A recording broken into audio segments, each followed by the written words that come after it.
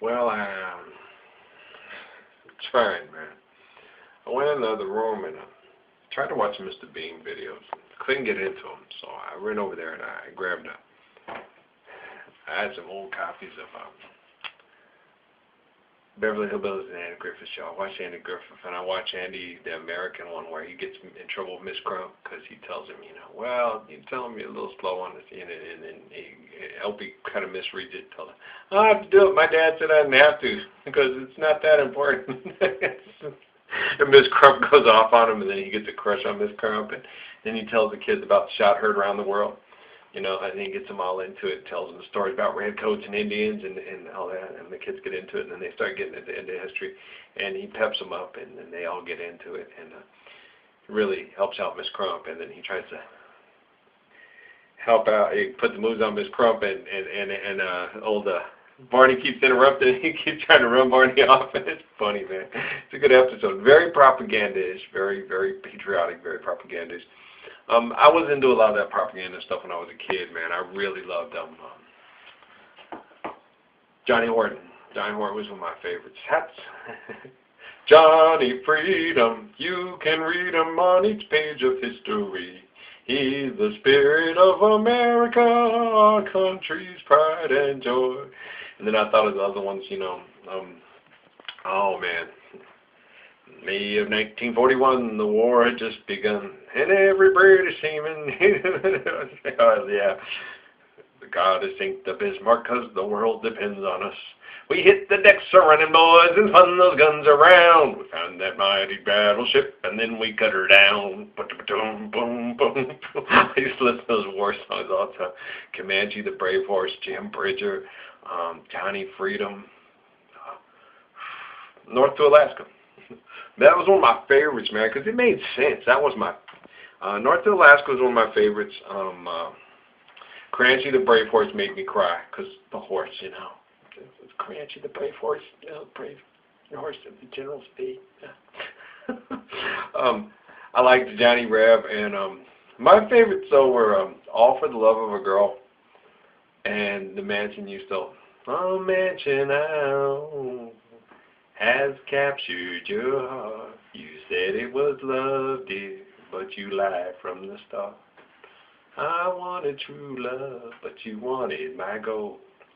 And now you'll be lonely in the mansion you stole. You stole in my heart and you cheated on me, so she gets all the gold and he leaves. Kind of like the house that Jack built by Aretha Franklin. This is the house that Jack built, y'all. She got everything, but she ain't got Jack. It was the dream of an upright man. It was a dream that he built by hand. The house that Jack built. Kind of like the house that Moses built. And then when I went out in the garage, I had some other stuff to do in between. I had an interesting evening afternoon. I sat and watched that, and then I went over to find some other movies to watch. I tried to watch Emperor's New Groove, and I totally destroyed that one. It doesn't play. But I found one that does play. It's Prince of Egypt, DreamWorks. And they had a thing on there. I went through some of the special features, and they had the You Can Do Miracles in all the different languages. And that's the part where they did the Hebrew chorus, and I started crying. Bawling. Not bawling, but big tears. Oh, sad. While I went out to the garage to find something, and I brought in back my portraits that I did. And I kept watching the movie. I watched the first half of it, and I kept seeing the things happening, and I kept looking at this picture right here, and I kept thinking of him. And all I could think about was him, and I kept. For all you people, it's the Ralph's little portrait thing that he just did recently. That's our Messiah and our Emperor of Ethiopia, Prince of Egypt, Haile Selassie. He's a close relative. He reminds me a lot of Moses and the things that Moses had to do. A lot of things in Haile Selassie's life mirror what Moses had to go through.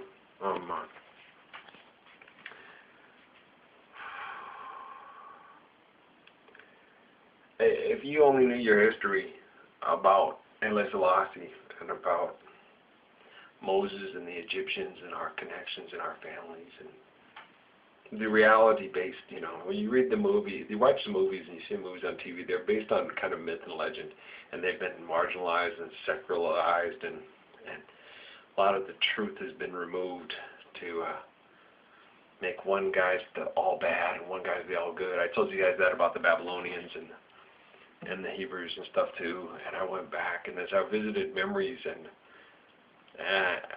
analysis and understandings of it, and it's just been different. It's changed. Even in those documentaries, if we have more information on Hitler, it's still very, it said in there, Hitler started a war that killed 50 million people. Hitler. They blamed it all on Hitler. I mean, Hitler was the result of people calling in the dead on the Germans and making them so desperate that they, did horrible things, because their daughters were the rich aristocrats. Their daughters were selling themselves on the street as prostitutes. They were desperate and destitute. They'd never been pushed down this low. And Hitler was ripe for the making, their savior. It was insanity. It was the insanity of extortion and debt, indentured servitude flipped on these people, and they flipped. And they went from, I was just, wow. What we do with history, even to this day.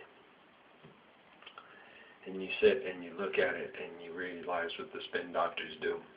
And they try to put everything on, the Jews were bad, the Germans were all bad, these guys were all bad.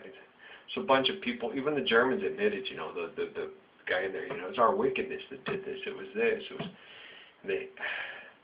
they started way earlier on the concentration camp tip and all that stuff. They started going in mass. They had some documentaries on it earlier. They went early in the 30s, going in through Germany and parts of Poland and everything. Their army went in through. They just didn't go in mass quantities. They started mass murdering a lot of the Jews and taking over their assets.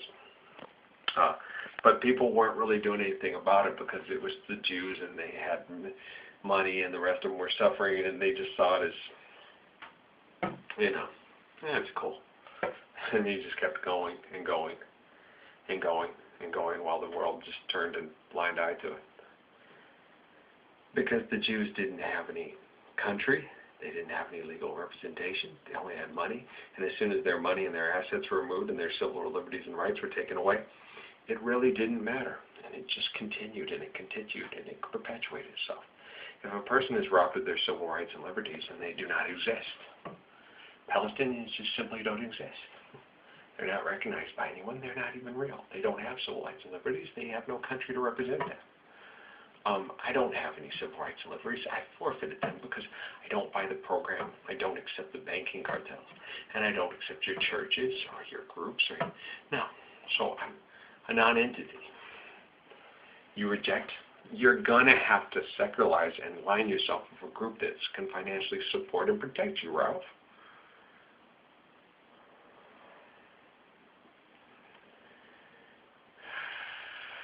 This is to show what's going on in my hometown.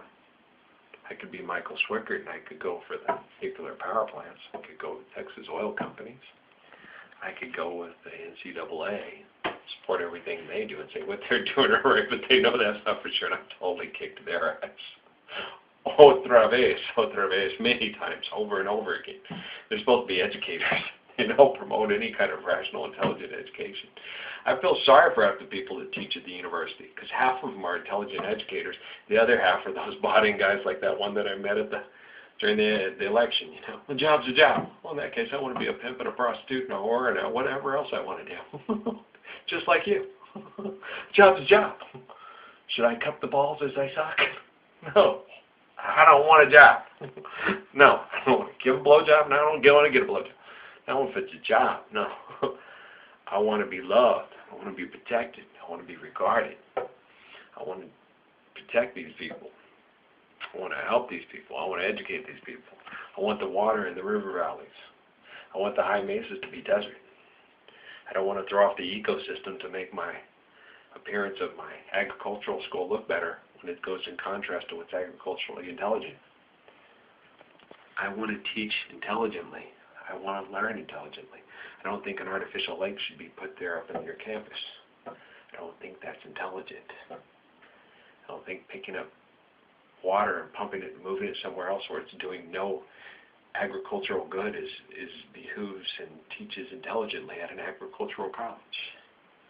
I don't think doing xeriscaping where you lay down rocks and then spray poisons in the ground that saturate the soil and make things not grow there is an intelligent way to teach xeriscaping. I question your ability to be educators when you do everything for monetary values and aesthetically pleasing looking campuses.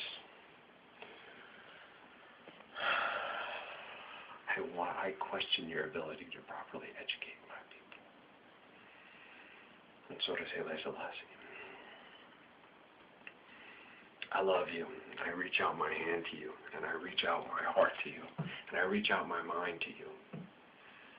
I connect with you. I see your flaws, but I also see your strengths. I've told you guys this many times before.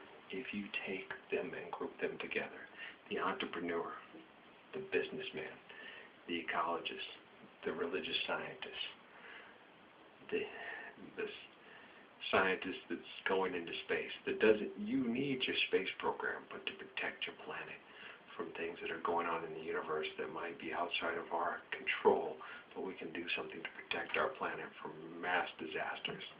Neil's right. Don't look to try to escape this reality. Try to work the best that you can in this reality. In escaping this reality, you might end up inheriting even bigger problems in the alternate universes you seek to escape to. You never know what you're going to get. At least here you have an idea of what you're working with, and you can work with it, and you can get together and be honest with yourselves and save yourselves from your own insanity of your own reality. Create a new reality through truthfulness, intelligence. Now, where you see me as weak is where I come out with Yetchu of original sin and missing the mark, and how saving our children is in saving ourselves because of relative molecular similitudes built upon ourselves. It's simple math and science. Now, the man that would kill his own child to save his own wretched flesh would cease to exist in existence in a molecular and relative bound society that reconfigures in similitudes on itself. It's just simple math and science. Now, do you want a kid that's going to kill you off to save everything for himself, or a kid that's going to have you survive lovingly, intelligently, molecularly similitude into something beautiful and intelligent and protecting? You see me as weak because I won't kill the baby to take advantage of the baby, because I'm stronger and better than the baby. I see myself as strong and raising a strong man. Like I told Shea Smith, assholes beget assholes and strong men beget strong men. What kind of child do you want to beget? I'm proud of my Patrick and I'm proud of my Noah. I would love to help raise Crumb too, but that seems outside of the picture because assholes are begetting themselves and trying to turn my children into assholes, and I strictly stand against it. And as I taught my son, and I teach my son, and I've taught him, and he teaches me, and he will share with me, so will Noah, and so will Crumb. For Crumb came to this world to be sheltered by someone like me. For I'm a teacher of great love and compassion and intelligence. For protecting the child is protecting yourself. It's simple math and science. If you create an aggressive, irrational child, you will beget aggressive, irrational children that will forsake you and sell you out.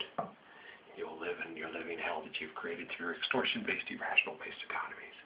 I am the most rational human being in a molecular and relative form that has evolved throughout the years.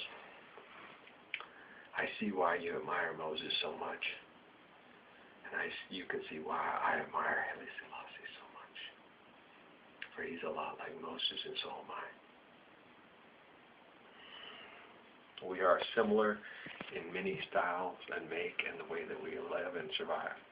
He died in 1973, I believe. I was about 6 years old. We can be similar in similar molecular structures and spirits and have shared memories because of our genetic splicing. But I am who I am to help fulfill the book in this part of the tribe and this part of the influence in the way that I'm meant to be so through the line of Kramer and the Jewish Hebrew line. And he is who he is to fulfill the book in his side of the line and his side of the story and his example to me. He is my King of Kings and Lord of Lords. And he helped instruct me in spiritual fashion so I may be who I may be to help fulfill the book also. I was asking myself why, and I was asking Jesus, and I was asking Haley, and I was asking the similitude of Mary Magdalene, why did it have to work in the way that it did? Why? I understand the death of Herschel, but then the 2-year-old, and then Buddy, and then him dying, and then the young man and the little boy. Why did he have to die for me to have to? I don't understand the treachery and the cruelty and the irrationalness of this. It's just fulfillment of the book. Don't try to explain it. It's like the children being thrown into the river Nile. How can you explain somebody who would kill Herschel Steinschneider and then put the young child who they thought was close to the similitude because of their genetic following into a cyanide-filled shower with his mothers and aunts and sisters all screaming to just let the baby come out, and the main reason they were doing that was to get rid of the mothers and the baby. And then when the demon baby didn't die, they rushed in there to crush his head with a rifle butt, killing themselves and saying it had to be something of the devil. And that baby was demon-like, not the people that put them in there to eliminate them because they're hard to kill, because they've been part of a mass eradication, and only the fittest of the fittest shall survive, stay alive. They've taught my people to be demon-like and wicked through their irrationality and their insanity, and their wanting to be at the head of the race and the cream of the crop. You see it over and over again if you listen to those rantings and ravings by Hitler about why he's doing things and how he has to establish this race. And the Aryans, the Jews were going to kill off the Aryans, but the Aryans will kill off the Jews. The Jews weren't intent on killing off the Aryans. There was war after war after war over land battles and this and that, and not allowing the Jew to have land and have a place at the table and separating him from the family because they declared themselves God's chosen people, and you punish them. If you declare yourself more loved by God than the rest, the people will punish you and set out to prove you wrong. It is a sin to consider yourself more loved by God than the next man. You are judged by your deeds and not by your birthright. There is no birthright that says one is born of bluer blood and purer blood than the next. The reason why everybody holds Jesus and Moses and Noah and Abraham and Muhammad and the rest and Haile Selassie in such high esteem, it is part of the birthright because of the continual molecular and relative structures, knowing what kind of person we have evolved into and will evolve into. What child is this on Mary's lap that is sleeping? I have evolved into the man that he envisioned me to be, because he knew that I was coming, because he spoke to me, he thought of me, he taught of me, and he told everybody I was coming. And so did Bob Marley. It was their hopes and dreams and their continual belief in the similitudes that are similar to me in the past, like Adam, Moses, David, Jesus, John, and Saladin, that continue the line and make me behave in the fashion that I will. I didn't know. They were amazed by it as they study it and they sit back and try to understand it. He evolves in a similar fashion of the ones that came before him, even if he knows who he is or not. Even when he's surrounded by mythology, he rejects it. He accepts truth, tries to promote proof, and tries to live proof, even under heinous circumstances. He asks his imaginary God for help and gets it. How does he do it? It's not me. It's Jah, the law. It's Jehovah. We were talking about, that's what me and Jim were talking about on the way home.